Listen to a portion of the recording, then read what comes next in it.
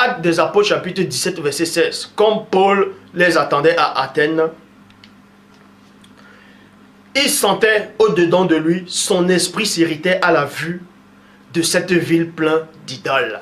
De cette ville pleine d'idoles. Et Athènes, c'est selon, ici là, on vous dit que c'est un pays d'Europe. C'est le pays d'Europe. Bon, pour eux c'est un pays d'Europe. Actes des Apôtres chapitre 14 au verset, Actes des Apôtres chapitre 14 au verset 8, il est dit, à Lystre, Lystre c'est quoi? C'est en Asie mineure. Vous voyez, se tenait assis un homme paralysé des pieds. Il était infirme depuis le ventre de sa mère, qui n'avait jamais marché. Il n'avait jamais marché, vous voyez.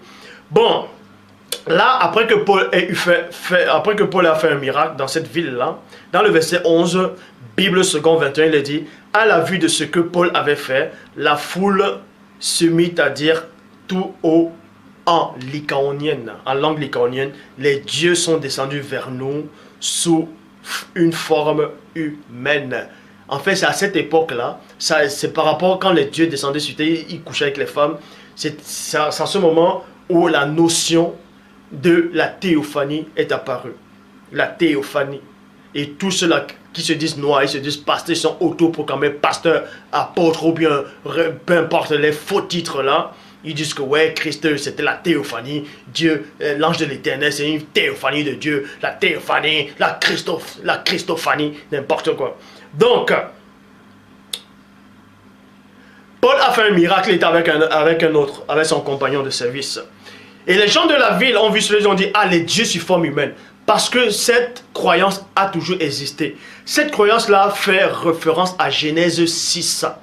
Quand les anges sont descendus sur terre, c'était ça. C'était ça. Bon. Verset 12. Ils appelaient Barnabas Zeus et Paul Hermès parce que c'était lui qui portait la parole. Dans la King James française, on dit Jupiter.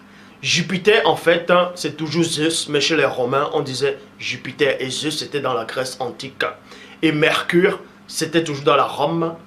C'était chez les Romains.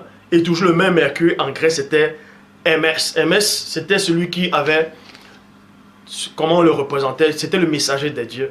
C'est lui qui avait le privilège d'aller dans tous les mondes. Il pouvait aller chez Hadès, il pouvait aller chez Poséidon, il pouvait aller partout. Parce que selon la mythologie grecque, tous les dieux ne pouvaient pas entrer dans plusieurs mondes en fait. Mais Hermès, lui, Hermès avait le privilège d'aller dans plusieurs mondes en fait. C'était le messager si vous voulez. Et on le présente souvent avec un chapeau, avec des ailes, là, avec des ailes qui sortaient là comme Namor. Vous voyez Namor, le prince des mers dans la BD de Marvel. Bon, pour vous montrer qu'en fait, que cette croyance-là a toujours existé. En fait, ils ont fait que prendre la coutume des Noirs. Parce qu'il y avait des Noirs qui étaient déjà corrompus quand Satan a réussi à les corrompre, tout ça, et ainsi de suite. C'était l'histoire des Noirs, c'était la croyance des Noirs. Donc, ce qu'on dit la mythologie grecque, quand Paul a vu les idoles, les statuettes, là, on l'appelait Hermès, on l'appelait, d'autres on les appelait Zeus. Cette croyance a toujours existé. Pour vous montrer que le Nouveau Testament a fait que reprendre, en fait, les Blancs, les Occidentaux ont fait que reprendre l'histoire des Noirs. Ils ont trafiqué cela. Pourquoi? Parce que quand vous voyez dans Ézéchiel, Ézéchiel chapitre 8 au verset 14, je répète, Ézéchiel chapitre 8 au verset 14, Nouvelle Bible seconde, il dit quoi? Il me conduisait à l'entrée de la porte de la maison du Seigneur du côté du nord. Et il y avait là des femmes assises qui pleuraient Tammuz. Il y avait des femmes qui étaient assises qui pleuraient Tammuz. C'était en Israël. Et c'était l'Israël antique. C'était les Noirs qui étaient là-bas. C'était des Noirs. Donc ils pleuraient Tammuz. Dans une version, on dit Tammuz. Et Tammuz, c'est qui? D'autres gens, quand ils vont lire, on va dire Tammuz, ils vont croire que Tammuz, c'est une femme. Non, c'est pas une femme, c'est un homme. Bon, Tammuz, en fait, c'est son nom dans la Babylone antique. Mais il a un autre nom qu'on a fait que reprendre cette croyance dans la mythologie grecque. C'est pour ça qu'on dit dans la Bible du sommet, il dit des femmes assises là qui pleuraient la mort du dieu Tammuz. Et dans la tradition abbé-Philion, on vous donne le nom de Tammuz, mais le style européen. Bon, et il me conduisait à l'entrée de la porte de la maison du Seigneur qui regardait vers la Guillon. Et voici, il y avait des femmes assises qui pleuraient Adonis. Adonis. Adonis. Adonis.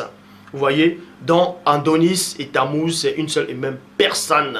Ce que dans la Babylone antique, dans la Mésopotamie antique, Tammuz, on l'appelait Tammuz. C'était Tammuz. Et dans la Grèce antique, le nom change, mais la croyance reste pareille. On l'appelle Adonis. Et Adonis ou Tammuz, c'est qui? On va vous révéler ces choses. Pour vous montrer que ce n'est pas en Grèce antique où on va parler de la Turquie, que c'est eux qui vénéraient ces dieux-là d'abord. Mensonge. Adonis, dans la mythologie grecque, était un dieu mortel. Vous voyez? Un dieu des saisons. Donc, il y avait une saison où il mourait. Il y avait une saison où il mourait. C'était l'amant d'Aphrodite. Adonis, c'était un dieu mortel qui mourait constamment. Après, c'est pour ça que quand il mourait, les femmes venaient célébrer sa mort. Les femmes étaient assises, elles pleuraient Tammuz, elles pleuraient Adonis. Et quand il mourait, il allait aux enfers, ainsi de suite. Ah, plus tard, bon, c'était l'amant, il couchait avec un... Ça, c'est dans la mythologie grecque. Il couchait avec Aphrodite. Aphrodite qui est qui? Aphrodite, c'était la fille de Zeus. Donc, Aphrodite, aussi dans la Babylone antique, était connue sous le nom d'Ishtar. Ishtar. Vous voyez, Ishtar. Et chez les Romains, c'était Vénus, ou Vénus, déesse grecque de l'amour, de la sexualité. Et Ishtar aussi qui correspond à Astraté, dont on fait allusion dans la Bible, dans les livres des rois. Astraté. Donc, Adonis, comme je dis, est un dieu qui symbolisait la mort. Il symbolisait la mort, il renouvelait, ainsi de suite. On vous dit ici dans la mythologie qu'il allait dans le royaume d'enfer rejoindre Perséphore. Voilà, et qu'au printemps, il revenait sur la terre et il s'unissait avec Aphrodite. Jérémie, chapitre 2, au verset 18, traduction œcuménique de la Bible. Et maintenant, qu'est-ce qui t'attire sur... Écoutez attentivement. Bon, vous allez comprendre une chose. Que tout ce qu'on appelle ces dieux-là, que vous avez là, les Noirs savaient déjà ça. Regardez, il y a un film hollywoodien qui est sorti, Thor, je m'avelle, Thor. C'est un dieu viking. On le surnomme le dieu de la foudre, Thor. Mais dans l'Afrique ancestrale, il y avait déjà un dieu similaire, le dieu de la foudre, du marteau. En fait, ils n'ont fait que reprendre l'histoire des Noirs pour changer des noms européens, pour donner d'autres noms. L'histoire des Noirs. Vous voyez. Pour vous montrer, parce qu'on vous dit en fait, on vous dit que le Christ est né le 25 décembre, exactement comme Horus, comme Osiris, comme bref, ils vont parler toutes sortes de messies, toutes sortes de sauveurs dans chaque civilisation. Adonis, ils vont parler de Bacchus, ainsi de suite. Et d'autres gens disent en fait que la croyance des Égyptiens c'était une abomination. On va vous montrer que les Égyptiens c'est le peuple de Dieu. C'est ceux qui ont écrit l'histoire qui vous font croire que les Égyptiens antiques c'était pas le peuple de Dieu. Et plein de noirs qui n'ont plus de chromosomes sont là. Ah, les Égyptiens, ce sont des démons, ils adoraient les démons. Alors que c'est vous qui adorez les faux dieux actuellement. Bon, je vous parle ici de l'Égypte antique des Noirs. Et non ceux qui se prétendent égyptiens actuellement. Bon, vous ne devez pas ignorer que la croyance. Parce qu'on vous dit en fait que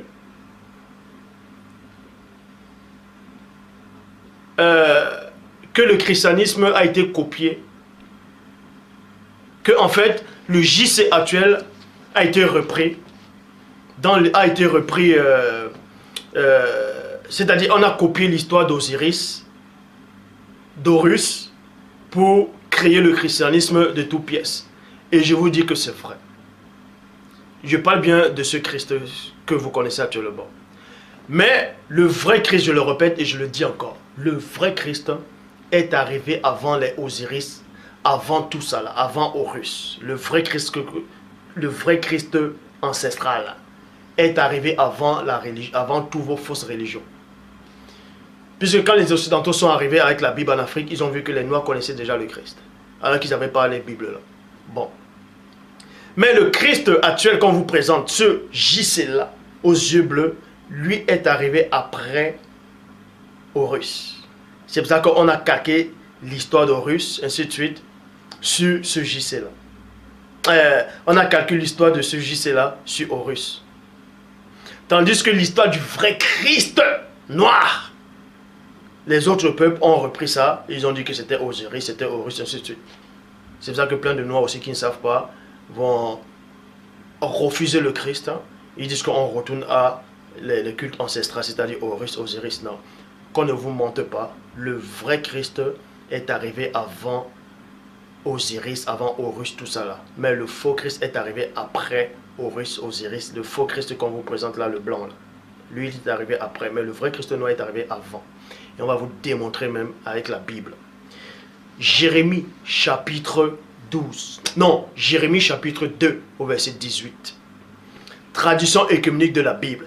Et maintenant, qu'est-ce qui t'attire sur la route de l'Égypte pour aller t'abreuver à l'étang d'Horus? Point d'interrogation. À l'étang d'Horus. Vous voyez? Même dans Jérémie, on faisait déjà allusion à Horus, bien avant le christianisme. Donc, cette croyance-là a toujours existé d'Horus. Et peut-être vous allez me dire, mais ça veut donc dire que Christ est arrivé avant Jérémie alors? Avant ce que Jérémie est en train de dire?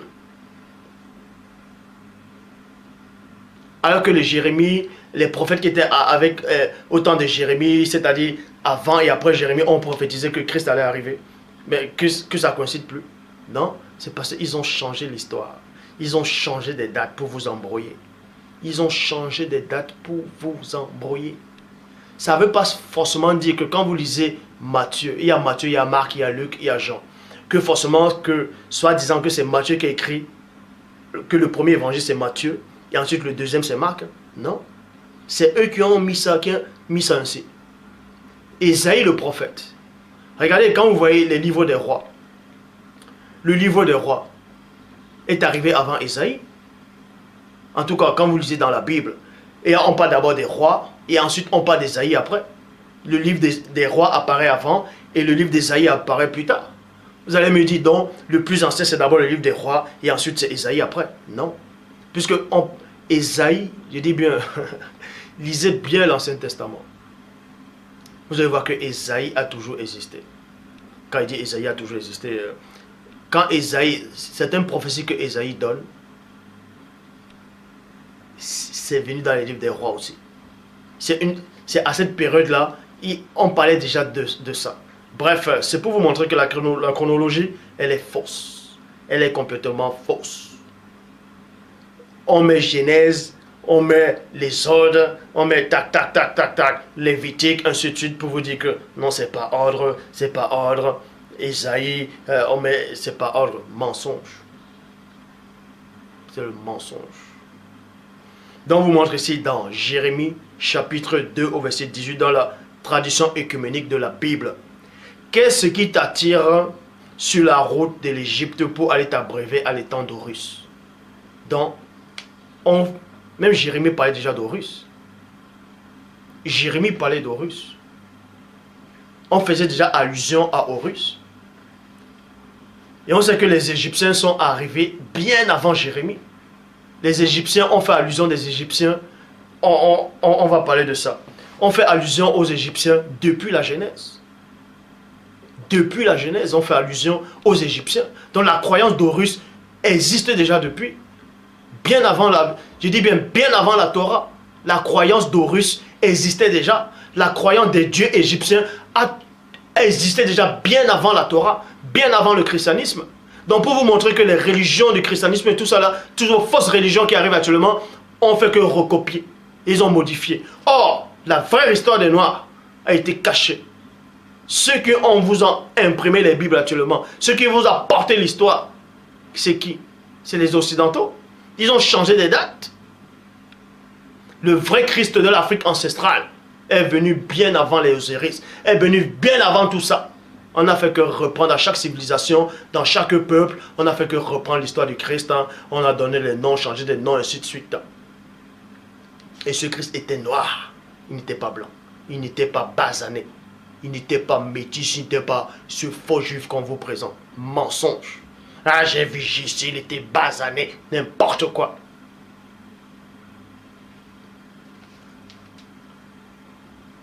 Jérémie 2, verset 18, traduction de la Bible écuménique. Et maintenant, qu'est-ce qui t'attire sur la route de l'Égypte pour aller t'abreuver à l'étang d'Horus? Horus, c'est celui qui a la tête avec le faucon. C'est le dieu faucon, qui a la tête comme un aigle, comme un faucon, qui est comme les séraphins ou les chérubins. Est-ce que vous comprenez? Horus. Qu'est-ce qui t'attire sur la route de la Syrie pour aller t'abreuver au fleuve?